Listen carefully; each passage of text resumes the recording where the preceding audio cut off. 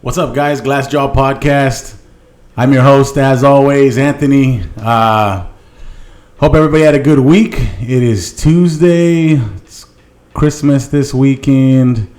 We had our last UFC event on the 18th, last Saturday. Just wanted to get on here, talk a little bit about that one. It's kind of sad. We got nothing going on till the new year. But some good stuff coming up this next year, so that's exciting. A lot of big fight talks. I've been seeing Nate Diaz, like throwing around January. They can get the Poirier Diaz on there. January would be awesome. I know he wants to fight Conor McGregor, but he says he's not even going to mess with him until he sees how he fights somebody else and if he's healed up and all that good stuff. So that's a big fight that I've been seeing going around. So yeah, let's jump in. Let's jump into it. I didn't see too much of the prelims of the last UFC, but I know there were some good ones. I'm just kind of looking at a few now. But we'll jump into the main card. So the main card, it was obviously the main event was Derek Lewis, Dukas. Lewis got the knockout. Okay, let's start from the bottom. You're right. So Swanson Elkins. I was excited about this fight. I mean, Swanson, he's OG, been around for a really long time. He's one of those guys who just keeps competing. He's fun to watch. He's never really got to that big level. I know he's got there, but he's never, held any titles or anything in the UFC, which I feel is tough. I mean, fuck, you're going to fight and you're going to fight and you're going to fight. I mean, you fight because you love it, great. That's all good, and you fight because it's a job and it's a paycheck. I get it. But at the same time, man, you never really touch, gold. I'm sure it's kind of tough. But he finds the motivation. He keeps going, and he fought Elkins. Elkins is another beast. These guys have a crazy track record when it comes to fights. 28-12, Swanson. Elkins 27-10. I mean, these guys have been doing this for a really long time. And it was a good fight. It was a good fight. Swanson was just too much. He was just too much. I mean, Cub, the guys, he's been in there. He's always an exciting fighter, really good stand-up, really good hands. And he showed it, And Elkins is a beast, dude. Elkins is one of those guys, like, you can never count him out. Doesn't really matter if he's knocked down or, fucking wobbled or whatever. The guy recovers fast, crazy chin. But Cub Swanson, he went in there. He did what he had to do, and he got him out of there first round, 2 minutes, 12 seconds from punches. So good for him. Congrats to Swanson. I know he was talking about going down to 135 or 125. I heard a little bit about that he was talking about going down in weight. Making a run. I think I heard Uriah Faber's name in there as far as a fight or a possibility. So we'll see what happens. I had Cub Swanson winning myself. I've been a fan, always will be a fan. One of those, like, been there since day one and just a good all-around guy and fighter. The next fight, Ferreira, Gamrot. I didn't watch this fight.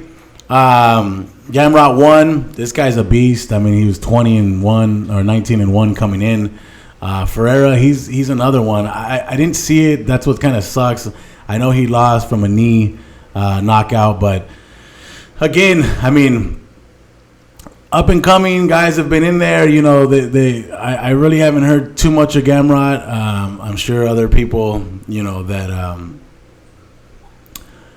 that watch MMA probably have a big, profile on this guy. I don't know much about him, but obviously at 20-1, he's he's nobody to take lightly. I'm looking at the stats here; they were pretty damn close, so it was probably a pretty good close fight. I've been super busy. I think I'm gonna run this one back today. I'll have a chance to check it out and see how that went down. But congrats to Gamrot, and we'll see more of him, I'm sure. A Sun Sao Simon. So, I mean, I was going for a Sun Sao. I had Ferreira winning on this last one. I had Sun Sao winning this one. It didn't work out that way. Simmons got the win by punches. I mean, this guy's just an animal. He came out. did what he had to do. Asuncao, like, he came off that loss against Cody Garbrandt, and I mean, the guy, he's been in there, he's been in there 27-9. I mean, he's got a lot of experience under his belt. But I mean, another one of these guys. It's just these up and comers, these young cats. They're evolving. I say it all the time. I mean, they're just evolving. And if you're just not on that level anymore, I mean, I know Asuncao was a big name, maybe 5 years ago. But he got pretty outworked in this fight. It wasn't really that close, and then he ended up getting finished. So that's just the way it goes. But yeah, we'll keep our eye out for Simmons. I mean, 19-3. This dude, he means he means business, and I'm excited to see. I always like to see these guys that are up and coming, and they're just gonna bring a different type of competition to MMA. UFC, whatever it is, and it's exciting to see. I mean, as a fan, you want to see the level go up and up and up and up, and the competition get better, the matches get better, and it raises the bar. I mean, let's see some of these guys that they're getting, they're getting their ass kicked by some of these other cats that the talent is just evolving, and it's cool to see. I mean, I like to see it, and it just kind of step everybody's game up, because you're not going to get anywhere, or you're not going to get any further unless you get better than these guys, and that's some motivation. So let's see what happens. And that bantamweight division, it's stacked, dude. I mean, it's stacked. It really is. Lemos Hill, that what? I'm not a big Angela Hill fan. I'm really not. She's a part of Alliance San Diego. I'm San Diego. I love San Diego. Born and raised San Diego. I don't know. I don't know what it is about her. I don't really know what it is. I just felt like she's a little overrated. But she went in there, and I thought she won this fight. This is a fight that I watched. I haven't watched twice, to be honest. I went back and checked it out again because it was a close fight. I guess it looked... they made it look a lot closer. First of all, one of the fucking judges had a 30-27 Lemos, which is fucking ridiculous, which is crazy, which is what's wrong with this sport. If there's anything wrong with this sport, it's the damn judging. And I feel like it's nothing new. This has been going on in all, promotions and all that kind of stuff. It's always some fucking judging that's fucking shit up. But it's unfortunate because... I mean, I just don't understand how you get the two judges. They kind of got it right. Yeah, it was close. 28-29 Lemos, 29-28 Hill. I get that. But then 30-27 Lemos, like, where the fuck were you when this fight was going on? I'm not a judge. The criteria and what you're looking for exactly, I guess none of us really know, because I know a lot of us that are MMA fans and watch this over and over.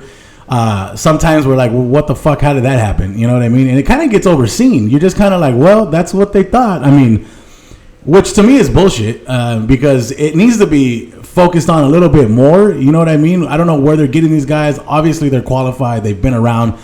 But, I feel like even when it's noticed, even Dana White or whoever notices it, it's kind of like, yeah, I don't know what this person was thinking. But then what? Like, let's fucking get these guys, like, in some kind of fucking training, I don't know, some kind of like conference or some kind of fucking training thing that's gonna allow them to really either see if they're even supposed to be judging, or what are they judging on, and why are they so far away from the other two judges. You know what I mean? Because that's what's more concerning for me, is that it's not just it's not all of them, it's one of them. So how is two of them that are judges, professional, whatever, and they get it pretty right, and then you got one that's like in fucking space somewhere and doesn't even see what the hell's going on, and they call it like that, and it's like, okay, cool. I mean, I don't know what happened, but anyway, she lost. Angela Hill lost 13-11. This girl, she's been in there with the who's who in that strawweight division. She looked good. She looked really technical. She did have some moments in the fight. I definitely think that she pulled it off. Lemos 11-1. I mean, sometimes when you got that kind of record, they don't want to see you go on a tight finish. But I went to the judges, and that's the problem. Obviously, Angela Hill, she needed to get them out of there because the fucking judges, they don't know what the fuck they're doing. But we'll see more of her. I'm sure. I mean, maybe. I don't know, man. 13-11. That's a tough fucking. That's a tough record to think like. What's next for her? But I don't know. I mean, I really don't know. She does come in. She comes in shape. I mean, those are kind of things. It's like when you go to work. Like, yeah, he's always on time. He's always there. He's always doing his work. It's always getting done. He might not be like the next employee of the month, or he's not gonna, get a raise anytime soon. But he's consistent. So that's kind of how I feel about her. She is, a professional when it comes to, her fights. But as far as the skill level goes, yeah, I mean, this girl was 11-1. I really think she beat her. If not, she put up a pretty damn good fight. So, she's got some time to figure it out. And, hopefully, I mean, we'll see her again and we'll see if she's getting any better or she's getting worse or she's ready to hang them up. I don't really know how old she is, but I'm sure she's not a spring chicken anymore. Co-main event, Thompson, Muhammad. It went all rounds. Muhammad dominated the shit out of this fight. Thompson, it was a tough loss for him. I know I've seen a lot of things about Thompson and how he wants to be one of the oldest fighters in the MMA. I mean, the guy's got the skill set. He really does. To get to that, like, championship level, I don't know if that's going to happen. Muhammad looked really good. I've been wanting to see Muhammad.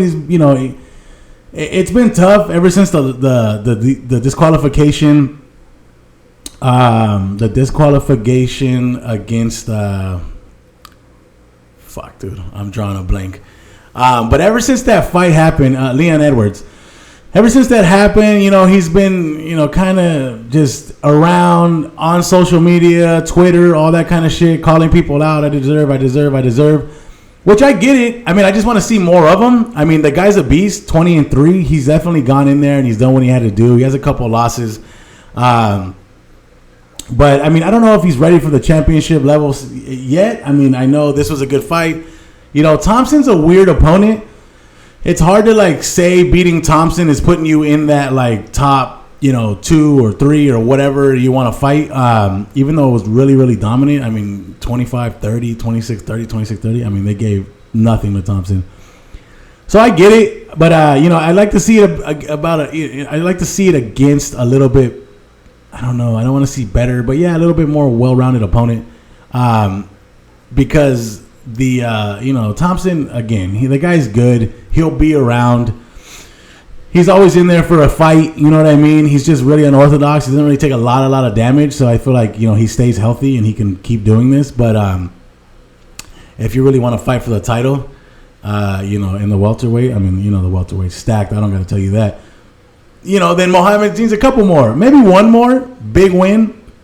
Maybe an Edwards. I don't know. I mean, but we'll see. We'll see what happens with that. He got a good win for him, Muhammad. I know he's looking for the title fight. I don't know if that's going to be what it is next. But who knows? I mean, he looked good, so we'll see what happens. And then the main event, Derek Lewis, Duacas, whatever the fuck it is. This fight was really quick. He went in there. He fucking steamrolled him, knocked him out. I love Derek Lewis as a person. The guy has a funny ass personality. He looks like a class act guy, very friendly. You know what I mean? But as a fighter, I don't know. I don't know about this guy. Like, it's just weird to me because of his style. He's very one-sided. He's just a big fucking guy. He's gonna knock you out if he touches you, and that's basically what it is. You know what I mean? There's really no like instruction manual with this guy. It's just one thing, and that's all it is. Like, you don't have to worry about the takedown. You don't have to worry about getting into like the third round or even the second round, because if you do, he's gonna gas out and he's gonna probably lose the fight. I mean, if he takes some leg kicks, he's probably gonna lose the fight. Like, this guy, to get in there with the an Ngannou or Gain or any of these guys, I mean, that are a little bit more, Ngannou probably not, but like a Miocic, a little bit more well-rounded. They can wrestle, they can, fight on the feet, and they can, kick, and he's going to have trouble. Even the press conference after, he said, if it's a 5-round fight, I don't want nothing to do with it. I mean, he knows his weaknesses. He knows that he's riding this wave. And somebody that is just, somebody that's doing, mixed martial arts, as an actual mixed martial art, they're gonna just be able to beat him. I mean, you don't have to really study this guy; just don't fucking get hit. That's basically what it is.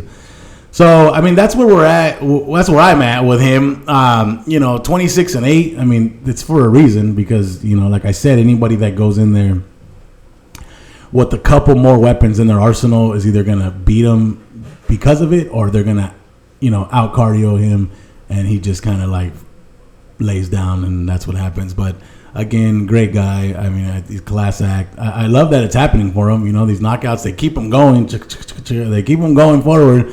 They'll take a couple losses and then get a knockout. Oh shit, it's fucking Derek Lewis again. But long term, I don't see anything. And like I said, if he gets to that title fight, it's because he caught somebody. That's just the way the game goes, especially with these fucking heavyweights. But yeah, so congrats to him moving forward, and we'll see what's next. I mean, fuck, we know the title fight's coming up. I don't know if he's in there. I think Miocic needs to be in there next or somebody. I mean, if he fights a Miocic, I don't really know what's getting thrown around on there, but, we'll see soon enough. So I'm going to take a little bit of time and talk about this fucking Tyron Woodley and Jake Paul fight. I'm not going to get too crazy on this because I feel like I can get crazy on this because it's fucking ridiculous. Oh, breaking news. Ngannou may be leaving the UFC. Dana White reveals that Francis Ngannou fight with Cyril Kane, you know what I'm saying? Maybe this potential last fight in the UFC as long contract disputes having so many continued. Dana White is unsure whether the Predator will make it. Well, hey, I mean, the reality of this is that UFC doesn't pay, right? And these guys are figuring that out. They're seeing these fucking guys fight Jake Paul and make millions.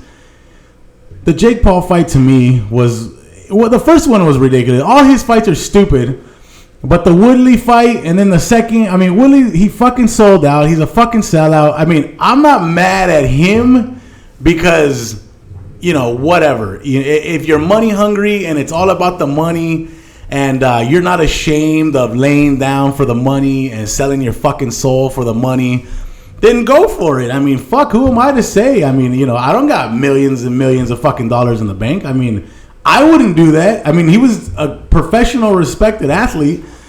I'm sure he made good money. You know what I mean? Like, he could have invested. I don't really know his financial situation. I don't want to say, like, this guy blew all his fucking dough and he had no choice but to sell his soul. But at the same time, like, you really don't do that and put that kind of name on you, I think, if otherwise. Because there's plenty of guys that could go in there and be clowns and make money. And that are bigger names than Tyron Woodley. And make bigger money. And say, yeah, sure. I mean, have Jake Paul give me the shake right hand when he's ready to knock me out. And I'll fucking, fall on the floor like a movie. That's the thing. Like, it's one of those situations where I really don't know, but my fucking computer is fucking up. Piece of shit, dude. But anyways, I mean, it was a joke fucking fight. Damn, dude.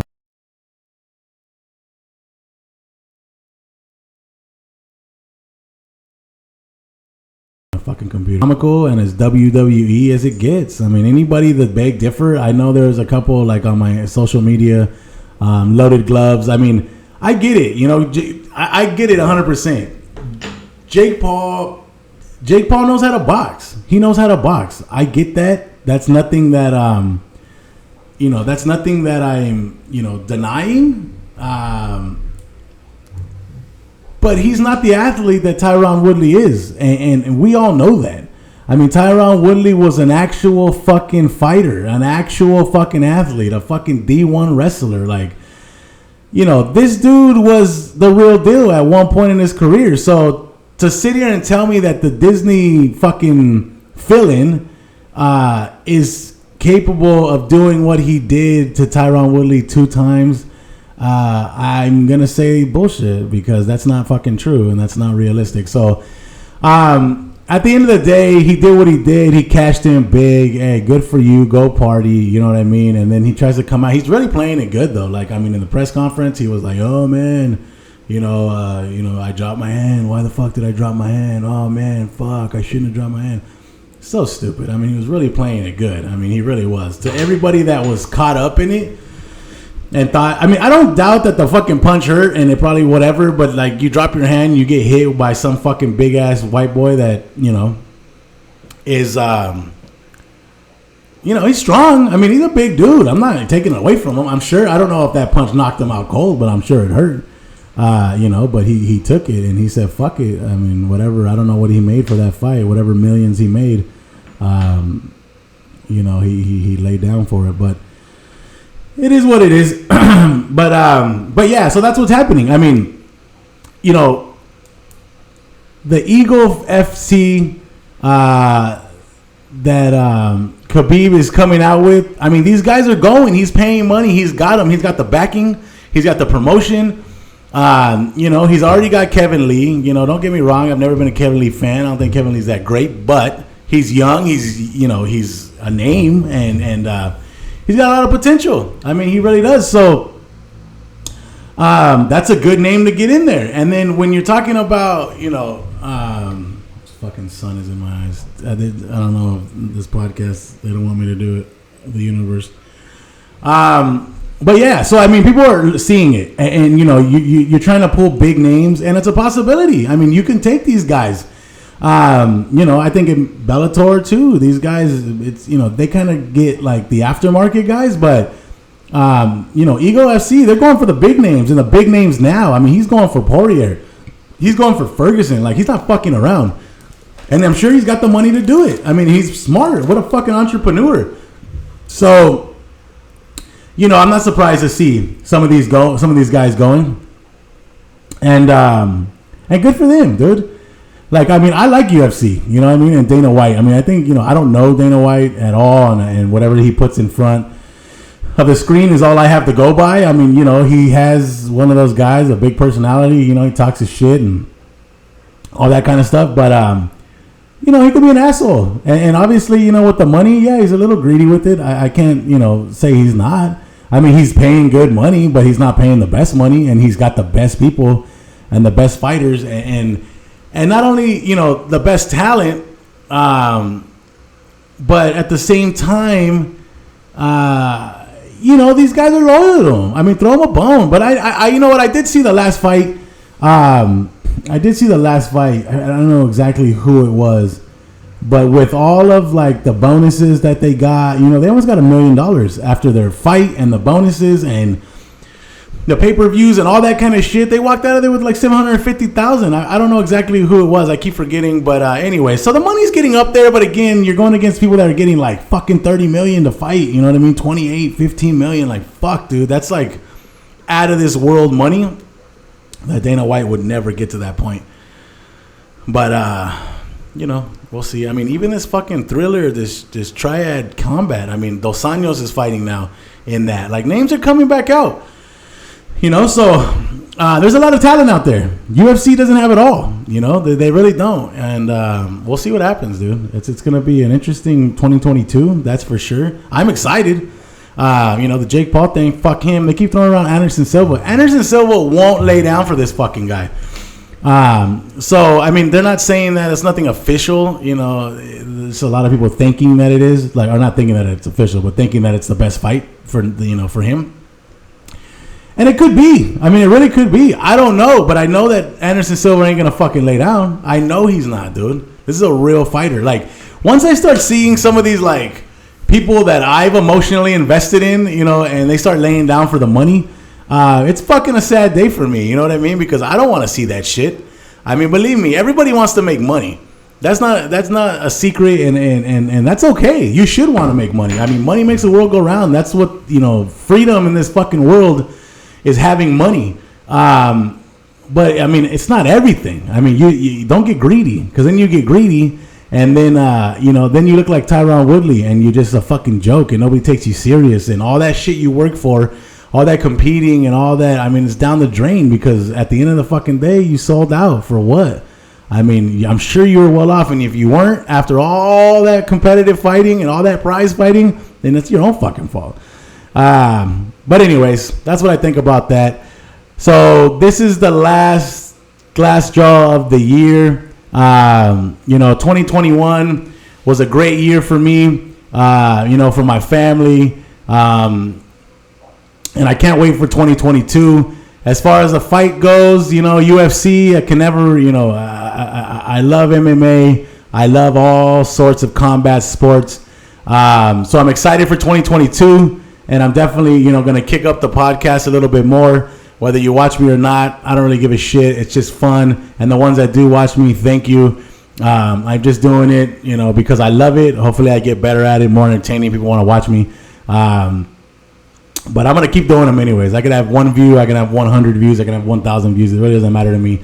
It's just fun for me to be able to express it. And, and if somebody likes it, it's even a better thing. So happy holidays to everybody. Everybody have a great, safe Christmas, New Year. And I really wish the best for everybody in 2022. Everything that you guys want and dream about, it's all possible. It sounds cliche, but it really is. Stay true to yourself and dream big. Glass jaw. Lates.